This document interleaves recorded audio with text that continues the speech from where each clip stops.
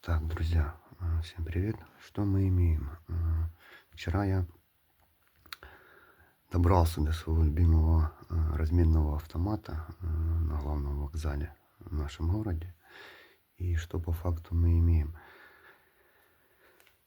Обычная ходячка Австрия, Франция и три монетки памятные Германии. Это первые две Бундесленды, посвящены городам и землям Зарланд и Бремен. И еще третья, то есть юбилейка Германии. Но самое, что интересно, мне попалась Болгария, 26-й год. Болгария перешла на евро. И получается, вот она мне попалась. Приятно, приятно, приятно.